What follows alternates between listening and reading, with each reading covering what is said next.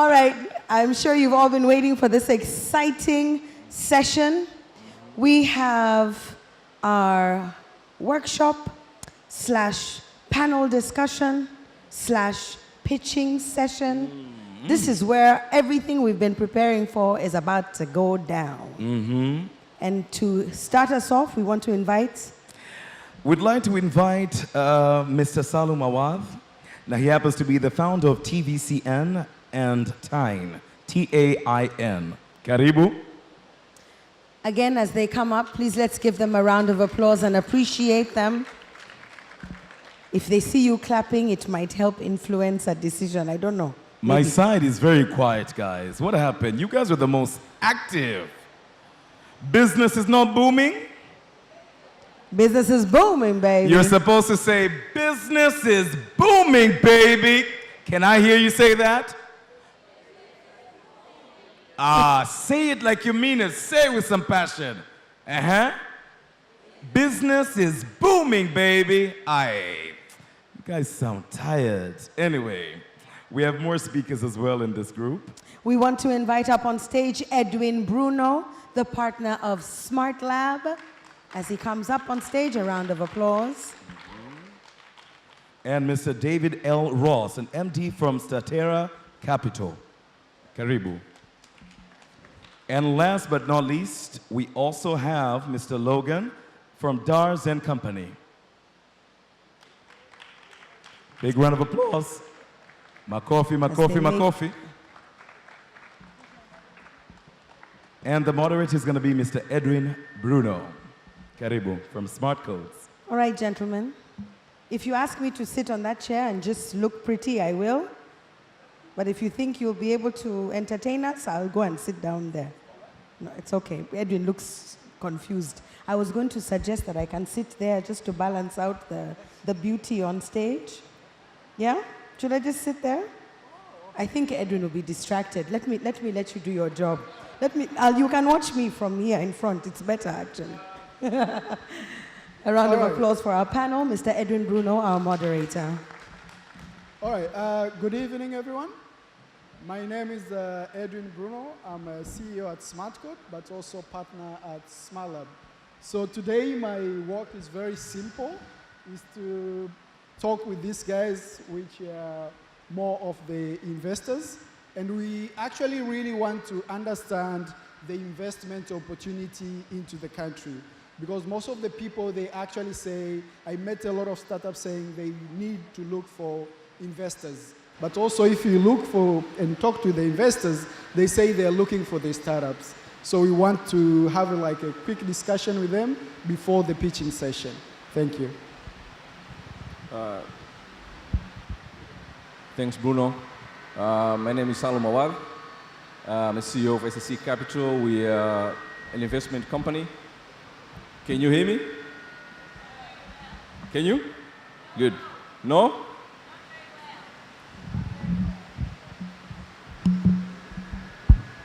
What about that? Good? Okay. So we are an investment company, and we also ran Tanzania Angel Investors Network. So there's been a talk about the Angel Investors Network in the previous sessions. So we, as a network, we invest in startups in Tanzania, looking for investments between $50,000 to $500,000. We also manage Tanzania Venture Capital Network, which invests in companies at the high end, from $1 million and above. So we're here to see how we can work together in terms of placing these investments into these companies. Hello? All right. So, hi, I'm David Ross, Managing Director of Statera Capital and professor at Carnegie Mellon University, Africa. Very happy to be here on the panel with my friends. I moved to Tanzania 5.5 years ago from New York City, and in the time myself and my firm have designed a bunch of investment funds on behalf of people like the World Bank, the African Development Bank, development agencies from US, North America, other parts of North America and Europe.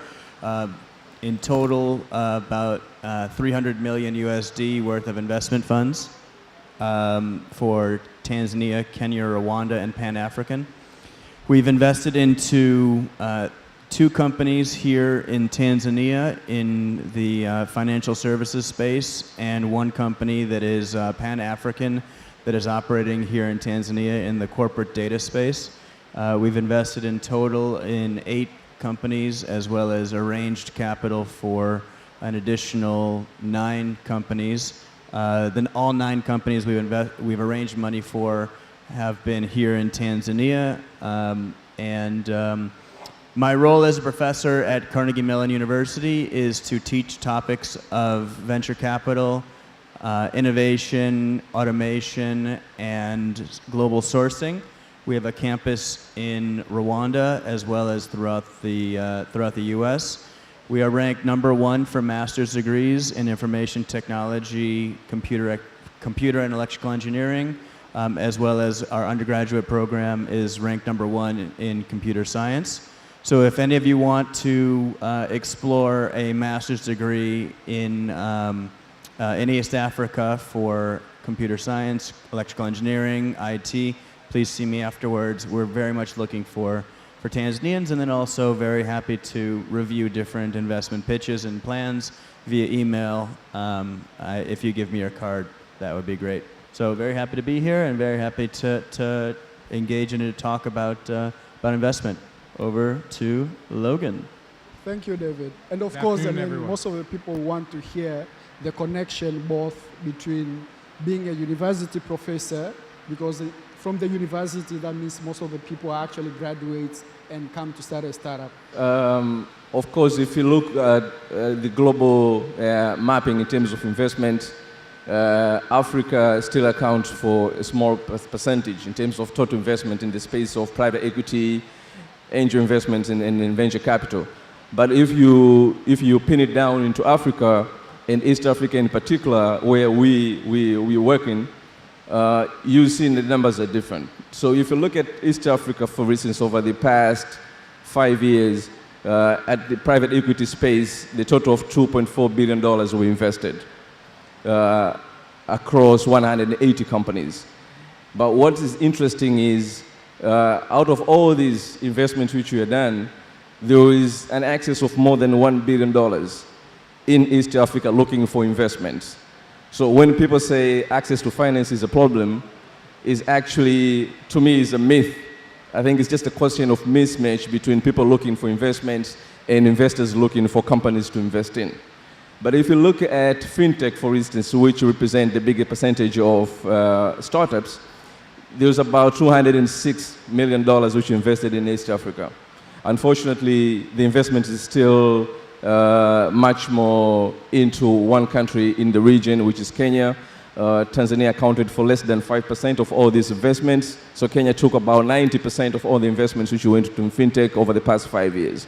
So there's a lot of investments coming now into the region. The question is, how do we place these investments into right companies?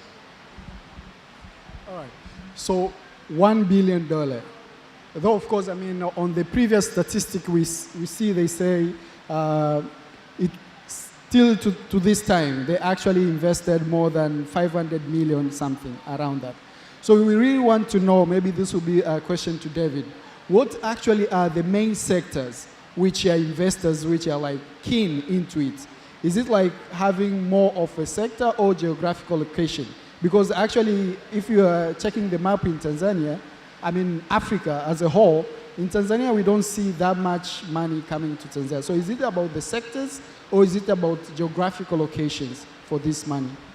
So if we look at the question, is it the sector or the location of where Yes. the money goes? I would twist that a little bit and say that it's the entrepreneurs and the quality of the entrepreneurs that the money follows. So the most common thing that's said in early stage or venture capital investing is you bet on the jockey, you don't bet on the horse, and it doesn't matter what racetrack you're going in, the jockey will be able to steer the horse in the right direction. So that said, I think that another thing that investors like to see is a business that can scale, something that can grow very rapidly without a lot of investment in sectors that serve a high quantity of people or can generate a significant amount of money fairly quickly using, of course, ethical means. Okay, thank you. Maybe another question to you. The main thing is most of the startups here, even the ones which are going to come and pitch Upstart, they really want to know what should they do to be either investment ready or what kind sort of things they should have before come to the investor. I think one of the critical aspects is the social embeddedness that these startups have with the broader community. So if they're young students, I know I ran into FarmLink and Aqua Solar here outside, amazing startups, amazing young team. They're hungry, they're educated, they know the system, how the system works. I think what's critical to add on top of that is linking up with mentors. So people who are working at Deloitte, in the C-level suites in some of the local companies and international firms who are in Tanzania as well, who are stakeholders in that sector, and then scaling up and linking up with the angel investors who will teach them that skill set needed to pitch to investors and make a startup deck and have a good P&L sheet and avoid some of the trials and tribulations that have sunk other startups. Okay. So do you have like a network? Because also the biggest question is who should reach who? Where are we going to get these investors? And also investors have been asking themselves, where are they going to get the startups? So who should start? The investor go to the startup or the startup go to the investor? I think it has to be bi-directional. You know, the investors often don't know about these startups. So I think a lot of times these startups have come out to these events, and that's a definite first step. But also just hustling, going out to Deloitte and talking to people who are working in that area. Go out to Vodacom, go out to Tigo, go out to NMB, and just do like information interviews. So to ask about what areas they're interested in and get advice, and not even necessarily get funding, but just pick their brains. A lot of people working in these corporate sectors are so excited when they see young people doing these innovative projects, and they might even offer $10,000, $15,000 as startup seed venture and solid mentorship and connections with other people who can help. Very good. So another main thing, of course, to put on top of that, which of course I'm going to ask Salum, investors are looking into the startup and the business which can expand. Yeah, but the startup, when they come to form something, they're actually looking in terms of the local problems. Yeah, and we believe, especially in different countries in Africa, most of the startups are actually going to this incubation process in terms of the labs. And pretty much they're actually supported by innovation partners and also with different partners, but also development partners. What is the role as an investor can you play in order to strengthen this ecosystem?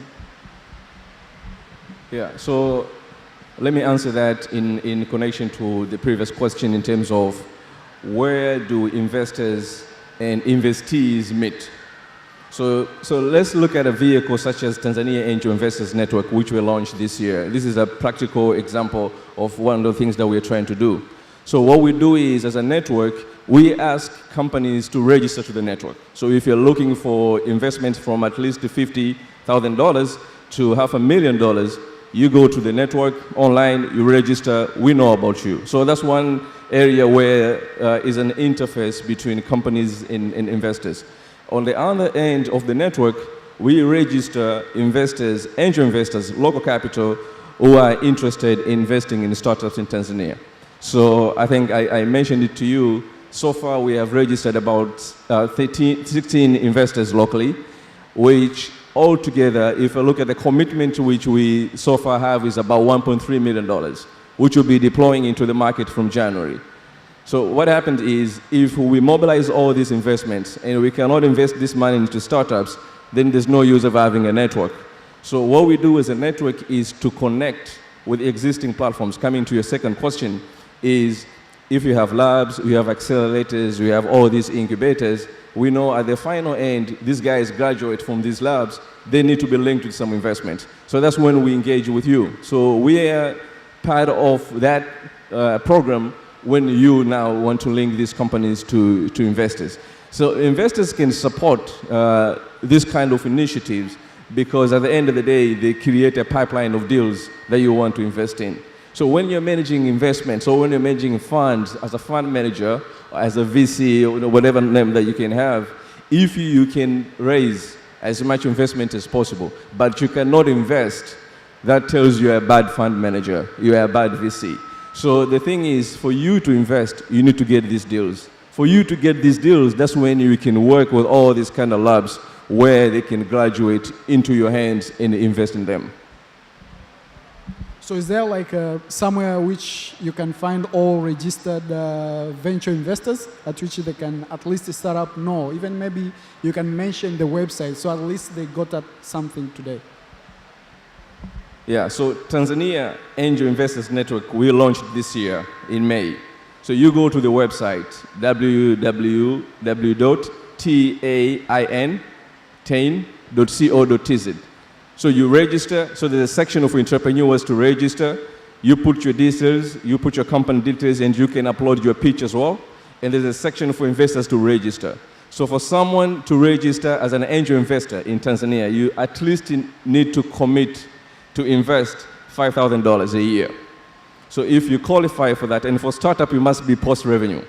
So if you meet those two main criteria, then you can sign up, and we can get back to you. And January, boom, we start investing. I think the last quick main question, because I know, David, also you are actually on the network. But we see even most of the startup, the Junge and the like, most of them, they're actually coming from the university directly. But you actually play a main role as a professor. So in the university, what exactly can you recommend in order to make sure at least people, when they are coming out of from university, they're actually ready to start up a business? I would say that the number one thing to be aware of, or the most important thing that you should be interested in if you are looking to start a business from a university, is to understand your customer as much as possible. So if I think that there was a quote in a previous presentation from the marketplace company that you need to be relentlessly obsessed with your customer and understanding as much as you possibly can about your customer. One of the challenges I see in people who are coming out of university who might not have so much experience in the market or in the industry they're serving is they don't really truly understand so much about the ecosystem or the space or the industry that they're operating in, and that can be in some way overcome by better serving customers in different industry segments. So if you can best understand the customer and best understand how you fit into with the other competition or the other substitutes in the area that you're seeking to serve, that would be my number one recommendation. Not so much on the tech side, not so much on anything, but on serving customers. Thank you very much. And my takeouts, the very key thing is the customer, because all of us, we are actually investing in the customer. Just if we can get one question for any startup at which you actually need to know from our investors here. Any question? With the advent of blockchain and now the security tokens coming in, a lot of guys are saying that the whole private equity and venture capital model, which was, already broken, is facing a disruption. So how do you guys look at it? Because now, suddenly there is an easier way for people, or a decentralized way for people or projects or startups to raise capital, okay, and globally. So how does a VC or a private equity look at this kind of a disruption, and what are you doing to be on top of the game? Yeah. No, it depends on how you look at it. So you can look at blockchain as an asset to invest in, but you can look at blockchain as an enabler for you to do investments. So in PE space, what we see now is, because one of the major problems in the private equity industry is getting the right deals in the market. So what is happening is there are led innovations in the industry that will help private equity firms find deals online through some sort of an algorithm that you can run through. So you can go to, say, an online platform, you can register a company, and on that platform, we have a list of investors who are registered with the investment criteria on what they are looking for. And then an algorithm is done where you can be matched with the right investor for your company, and the deal is done online through the technology. So there's a lady, a welcome note on blockchain from the Private Equity Society in terms of using it to enable the industry, find the right deals, invest lightly, and shorten the deal origination period, which is always a hassle. The good thing and the art of our investors here, they are all ahead of technology. So they know and they have a passion in terms of what exactly they're going to invest into. I would like to, one more question? Do we have one more question? Yes, one over here, and that could be our final one before we start our pitching. Thank you so much. First of all, I'd like to thank Mr. Awadh. I'm very happy to meet you today. I've been following you on Twitter and your comments, so I'm happy to meet you. But I mean, I have questions for you as investors, and instead of investor, all of you, is that I found a startup out of Africa that they raise for 80 million USD because they have an idea and they research on the idea, and they're looking for seed capital to execute on the idea. And they're given that money for 80 million USD. Come back to Tanzania, I'm looking for 15 million USD. I have a product, I have a revenue, and local investors come to my company. They think that I'm looking for too much and I'm greedy. How is that? So if I got you correctly, what you're saying is the amount of investment that you're looking for does not match to the type of investors who are trying to invest in you. They say you're looking for too much money. Is that what you're saying? I think is the classical example of a mismatch between the investee, what they're looking for, and the investors, what they're looking for. Because the investors were looking for a ticket size of $15 million as a minimum investment, up to $500 million as a maximum. And the investors were looking for a ticket size of $1 million as a minimum and $15 million as a maximum. The investors were looking for companies that are looking for $15 million as a growth stage company. So they say, you know, if you're a startup, you're looking for $15 million, the question is, how worth is your company? Because it comes down to valuation of your company. If your company is worth $1 million and you're looking for $15 million, that means you're looking for investment which is 15 times bigger than your company. So there's a mismatch. There's no way we can do that. What you're saying is simply, if your company is worth $1 million and someone has to put in $2 million, that means he has to take over your company, plus a negative balance of equity. So that's the challenge. So what we're trying to do is, if you're looking for $15 million, and then the numbers in terms of evaluation should support that amount of investment. And you should be matched to the right investor who is looking for a company like yours, who is looking for 15 million. So there's a mismatch, first of all, between the investment you're looking for and the investors probably you're meeting. So you probably are meeting wrong investors. So if you meet the right investors looking for your company as the right investee company that they're targeting, probably you can measure that gap and get the money. But second of all, we must come down to valuation because that's a critical part. I'll give you a simple example. So we did one deal in financial services. So the value of the company was about $250,000, and they're looking for $1 million. So that was almost 4 times the value of the company. So at the end of the day, we try to play around with valuation, increasing the EBITDA multiples at least to bring up the value of the company. End of the day, the investment was received, but the company lost about 90% of ownership. So they only kept 10%. So there are issues of valuation when you're looking for big amount vis-a-vis the value of the company. Yeah, I can help you with that one. Two suggestions. One is demonstrate traction, meaning demonstrate the things that investors like to see incrementally and match your traction with your investment that you're seeking.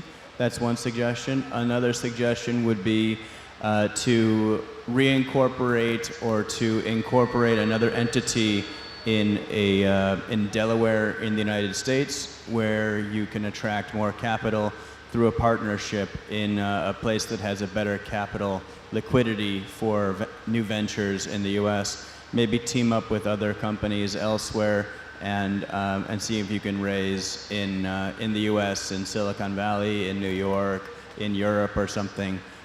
Raising money in Tanzania is a very challenging thing to do.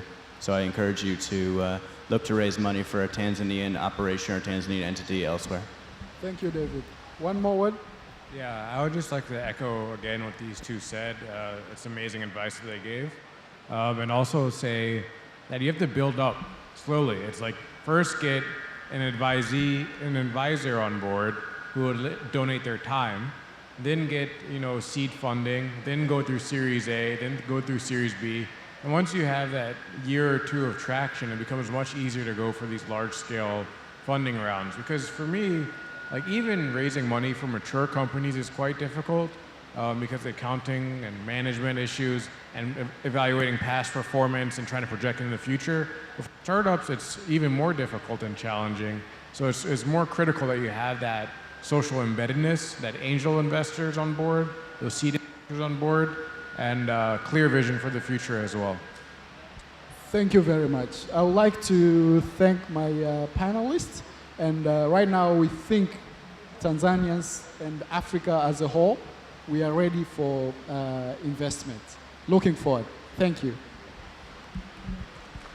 A round of applause. Thank you so much for our ably moderated panel, and to our panelists for all your contributions, and also to the audience for your questions.